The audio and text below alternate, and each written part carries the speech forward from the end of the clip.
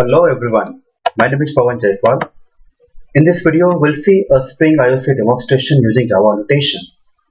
In earlier videos in Spring series, we have seen that we have demonstrated Spring IoC and Spring Dependency Injection, but there we have made use of XML-based configuration file approach for configuring your Spring container.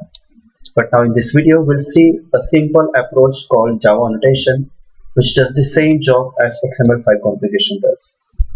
The good news is what? Java annotations are simple to recall, simple to remember, and easy to use. So it would be really better approach for those people who don't want to make use of XML configuration and they still want to just rely on Java annotation. So as everyone knows that IOC is something which stands for inversion of control. It means we would like to delegate the responsibility of bean creation, bean lifecycle management to Spring. For the same purpose, when we make use of Java annotation, we have got plenty of annotations that we can make use of. Some of them are like, say at configuration. You need to have a class where you will give this annotation configuration, which indicates that Spring is supposed to pick up the bean from this class. So it means you'll have this class where you will maintain the list of beans that you wish to create and you want Spring to take care of. Then you have got another annotation called bean. This annotation normally we put on the top of a method which returns an object for you. We have got another annotation called qualifier, then call required. We do have at post construct, we do have at pre-destroy, and many more. So in this video our focus would be on these two annotations, configuration and bean.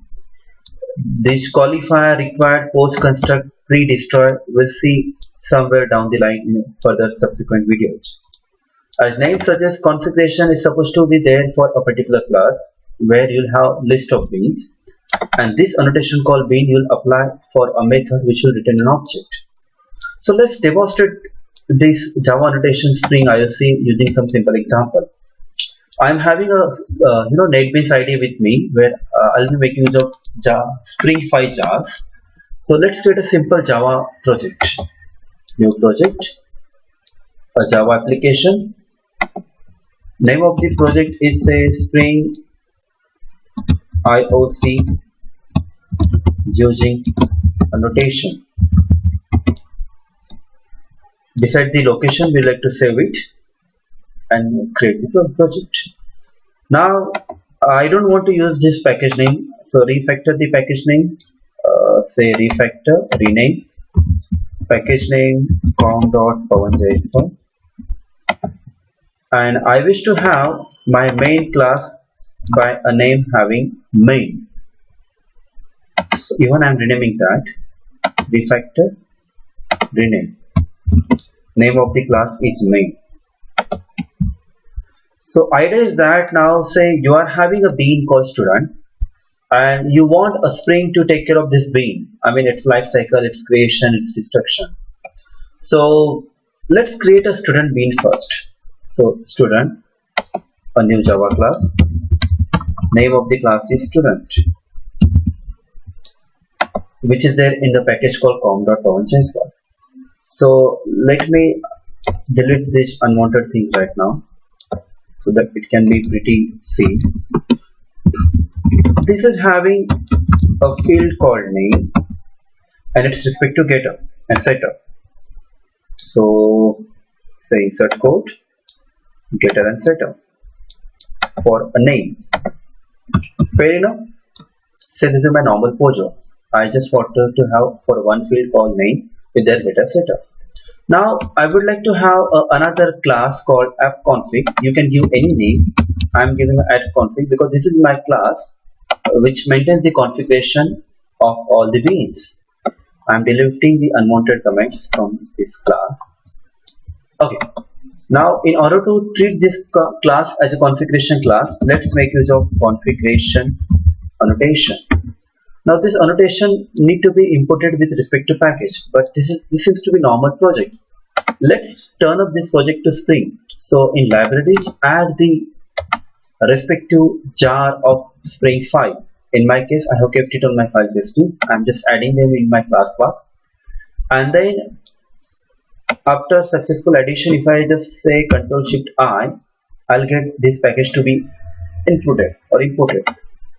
So now it is understood that configuration and annotation there. Now say I would like to have a bean of student, and there is a method called student which will give me. You can have any name here. Maybe you can say get student or get student bean. You can have any name here. For simplicity, I am putting this student as a method name, and here I am saying return new student. Now in order to treat this as a bean method, I will be applying this annotation there. So if you see that this is the annotation.bean package we shall be using. Idea is what, if you remember in earlier videos, we had a configuration file called application.xml where we used to have a bean. Like I'll just show you, maybe that will be much better. Say there was a configuration file application.context.xml where used to write something like this: a bean, ID and class, and then used to have either setter or constructor way to initialize the return. But now we don't want this application context.xml file. We really don't want it.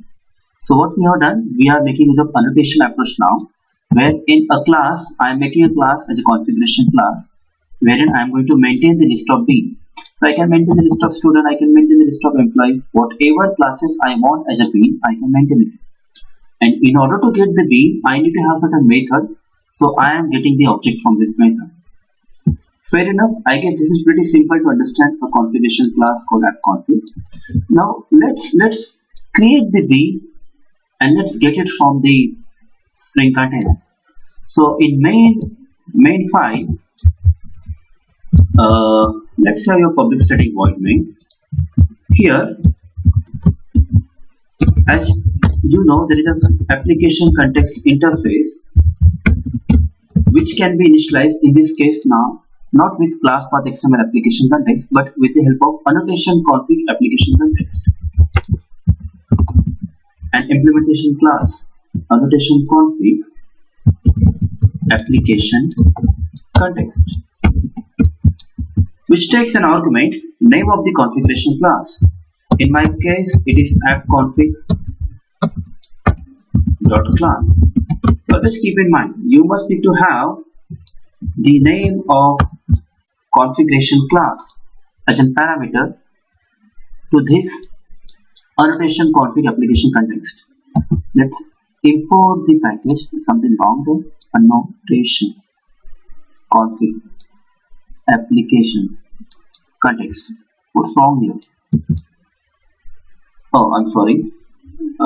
It should be new annotation config application context. So now you can see that you can import this package. Great. Now you got a context, right? So what if I say now your regular approach context.get bean, I like to get the bean of student class, and this I'll be passing to an object called student.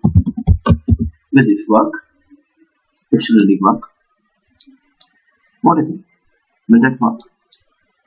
Let's try it. Okay. Now you have got a get name, right? What if I say something like this: system.out.println, and I say student.get name? Do you think this will work now? Let's run it. Shift F6. We are getting a null. Reason, we did not really set a name. So before I get the name, I must have to set it. So I got an object now. I can simply set the name with some name here, say power. And if I run this now again, you got it, right? It really worked. It means we were able to make bean creation which have been handled by Spring. So congratulations, you have really executed your first Spring IoC using Java annotation. I'll quickly recall what we have done. We choose this approach because we don't want to get involved with a configuration file called XML configuration file. So we have selected this approach. This approach required one thing called an app config class.